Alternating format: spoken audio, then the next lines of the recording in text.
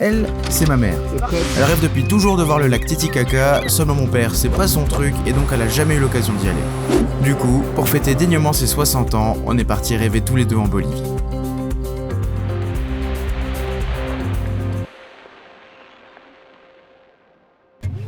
Si t'as vu la partie précédente, tu dois comprendre pourquoi je suis vraiment content d'enfin rejoindre la civilisation. On en a pris plein la gueule, mais on n'a pas fini d'en prendre plein les yeux. Si on remonte aujourd'hui vers La Paz, la capitale administrative de la Bolivie, c'est pour enfin aller le voir, ce foutu lac Titicaca. Pardonne mon langage, mais vraiment, j'ai beau avoir adoré Sajama, je suis hyper soulagé de passer à la suite.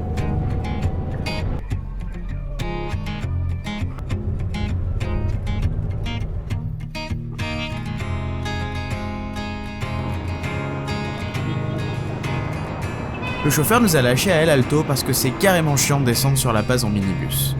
On a ensuite pris le téléphérique et le taxi pour se rendre en ville et aussi pour se rendre compte que le type qui a décidé de construire une capitale ici était un sale tordu. Mais quelle idée de construire une ville majeure sur une topologie aussi torturée, mais quelle idée, vraiment, waouh.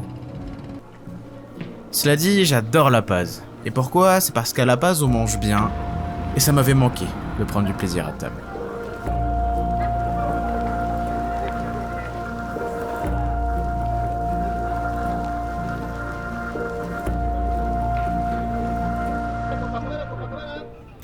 Parti pour le lac, tranquillement, sans pression. Vers le lac Titicaca, c'est facile. Tu vas dans le centre de La Paz et tu restes à l'affût des mecs qui hurlent Copacabana dans la rue. Tu montes dans le van et en plus c'est pas cher et tu te laisses porter tranquille. Il y en a pour 2-3 heures et les paysages traversés sont formidables. Il y a le vert des plantes et le bleu de l'eau. On oublierait presque qu'on est toujours à plus de 3800 mètres d'altitude et que tout ça reste pas mal inhospitalier malgré tout.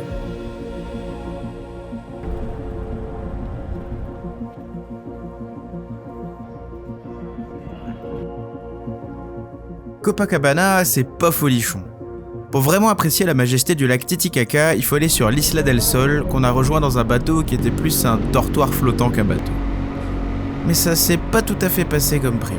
Attends, il faut que je raconte tout depuis le début ? Ouais, mais... Alors, on est arrivé à Copacabana à midi. On a tous les 5 acheté un ticket pour aller au sud de l'île.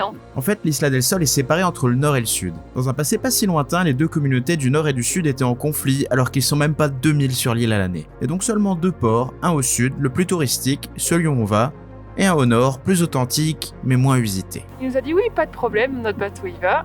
On repart fièrement tous les 5 avec notre petit billet. On est monté dans le bateau. Et au bout d'une heure, le capitaine nous a dit « Mon bateau va au nord, on va pas au sud. » Thank you everyone. Et ben c'est pas grave, vous allez descendre ici, au milieu de nulle part, et vous allez vous démerder.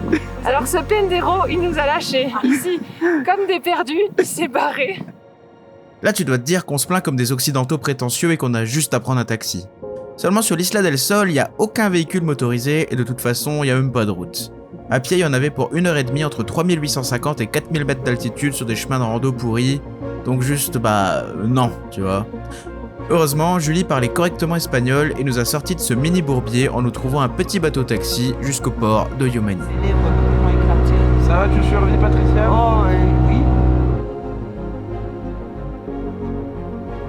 À peine le temps de se délester qu'on était reparti à l'assaut des reliefs locaux pour observer le coucher du soleil depuis le mirador de Palacasa. De tout là-haut, on voit le Pérou à l'ouest qui offre une rive sans trop d'intérêt et la Bolivie à l'est qui est parsemée de montagnes géantes enneigées et ça mérite carrément le détour, c'est exceptionnel. D'ailleurs, les mêmes montagnes qu'on voit depuis La Paz. Il y a un adage concernant l'Isla del Sol qui dit « Venez ici pour le soleil, restez pour les étoiles ». Et cet adage, c'est clairement pas un mensonge.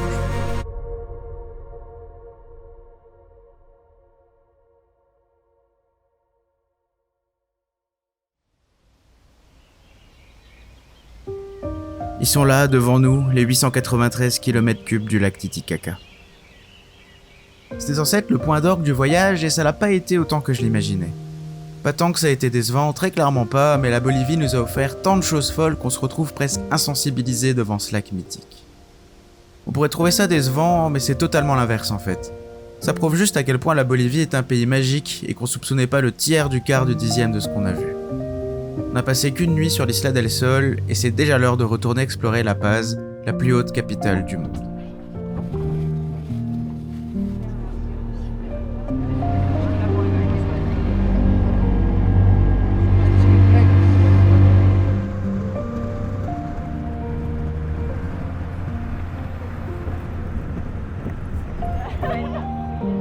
Au risque de passer pour un digital nomade californien à la con et leurs grandes phrases galvaudées préfabriquées, la Bolivie c'est tout à fait ce qu'on pourrait qualifier de terre de contraste. Comme à Oruro, l'architecture coloniale partage l'octogone avec les buildings modernes et la précarité. La Paz est une ville très passante, animée et bruyante, mais en même temps on y est bien, et on trouve de quoi s'arrêter un instant afin de respirer l'air frais et sec de sa topologie farfelue. Les gens fortunés dans leur 4x4 de luxe slaloment entre les galériens de toujours qui n'ont pas l'assurance de tenir jusqu'au lendemain, et y a nous, les Français perdus ici, qui aimeraient communiquer avec eux tous, mais qui à cause de la barrière de la langue, dans une circonspection somme toute bienveillante, se contentent d'observer et de ressentir à défaut de savoir vraiment ce que les gens vivent. On est un peu des PNJ malgré nous, on expérimente sans pouvoir réellement partager. C'est con, hein, mais c'est génial.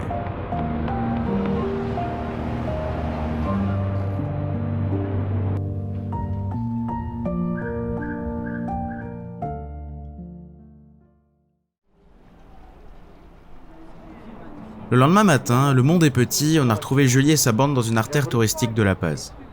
On a rapidement survolé le marché des sorcières, très surcoté, et la preuve, j'ai même pas ramené d'image, et on est parti direction de ce qui semble être le quartier riche de La Paz.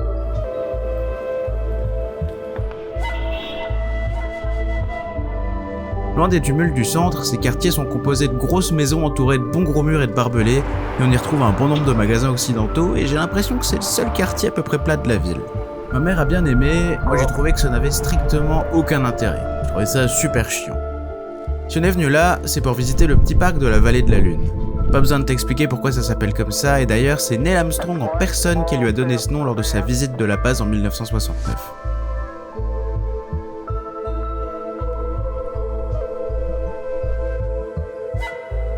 C'est les vents violents et les pluies qui ont sculpté ce paysage au fur et à mesure des années, et quand tu touches les formations rocheuses, c'est hyper friable, comme si la prochaine pluie allait réduire le parc en gadoue argileuse. C'est étrange, et c'est un truc à voir si tu passes dans la région. Si tu crois que c'est cool ici, faut que tu ailles voir ce qui se cache là en bas. Juste là en bas des escaliers. Ah, on peut descendre ? Ouais.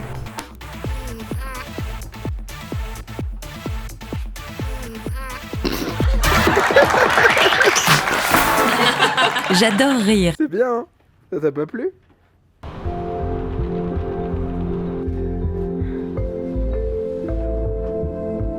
Entre mes grandes envolées solennelles et mon humour à deux balles, on peut considérer que ma vidéo aussi est une terre de contraste, non?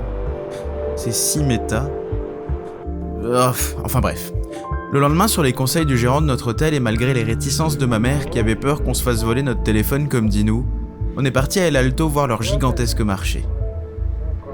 El Alto est souvent considérée à tort comme une banlieue de La Paz, mais elle est bel et bien une ville à part entière, elle est même plus peuplée que La Paz, et c'est la ville de plus de 100 000 habitants la plus haute du monde, à 4150 mètres d'altitude. Majoritairement peuplée d'autochtones, elle est relativement pauvre et la petite délinquance y est commune. Un quart des habitants n'a pas accès à l'eau courante. Sur certains lampadaires, on peut voir des épouvantails pendus, symbole de ce qui arrivera aux voleurs s'ils se font griller. Bien que la Bolivie soit un des pays les plus sûrs d'Amérique latine, El Alto est régulièrement le théâtre de justice de rue violente. En d'autres termes, on risque pas notre vie à y aller, mais vaut mieux se montrer prudent. Son gigantesque marché s'étend sur plusieurs pâtés de maisons et il est emblématique de la ville et on y trouve absolument tout et n'importe quoi.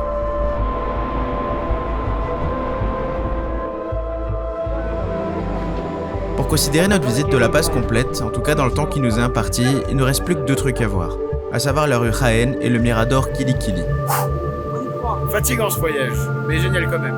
La calle Jaén est la seule rue typiquement espagnole qui ait survécu jusqu'à aujourd'hui, où le temps des colonies semble s'être figé autour de cette étroite allée pavée entourée de maisons multicolores. On se croirait en Espagne au début du 19e siècle.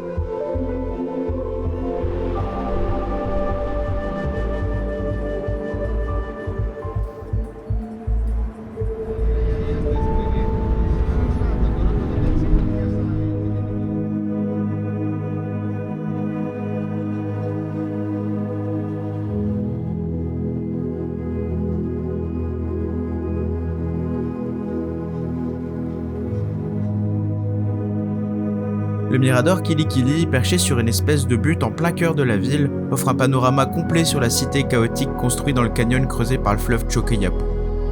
Et ouais, il y a finalement bien une raison pour laquelle cette ville a été bâtie ici. Certains rêvent d'aller conquérir Mars pour aller rencontrer les petits hommes verts. Crois-moi, si tu veux découvrir des endroits et des gens inimaginablement différents de ceux par qui t'as l'habitude d'être entouré, il y a déjà tout ce qu'il te faut sur notre bonne vieille terre. Cette ville, on dirait une colonie de maisonnettes construite sur une vague de rochers pétrifiés, et j'aurais sans doute pas cru que ça existe si je l'avais pas devant les yeux.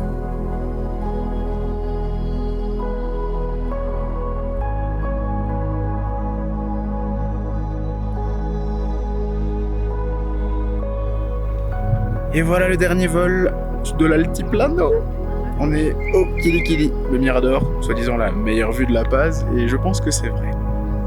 Si tu fais partie de ces gens respectables qui sautent pas les intros des vidéos, tu te souviens qu'on est ici pour l'anniversaire de ma mère. On est parti fêter ça en téléphérique qui est resté coincé 5 bonnes minutes pile entre deux pylônes. On est coincé dans le vide. Tais-toi.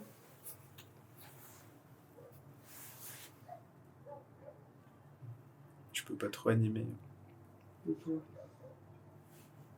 C'est important, maman.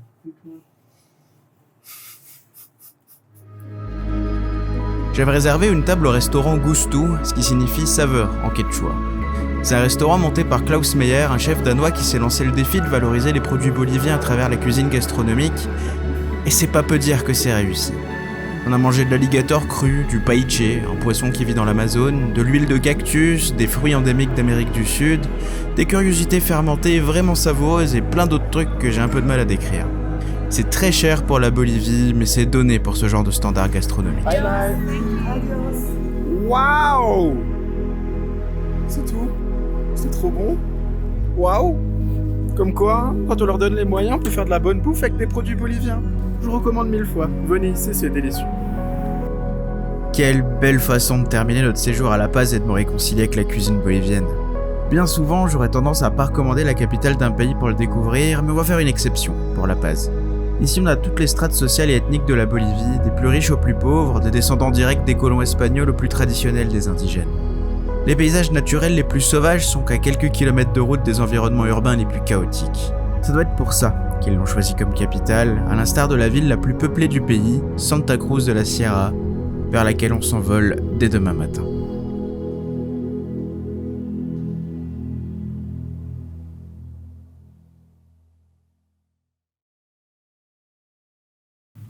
Ah, mais j'aime pas me faire arnaquer, ça m'énerve. Ah bah mais tu connais quelqu'un qui aime se faire arnaquer? Mais non, mais je lui parle espagnol, en plus il arrive quand même à me niquer.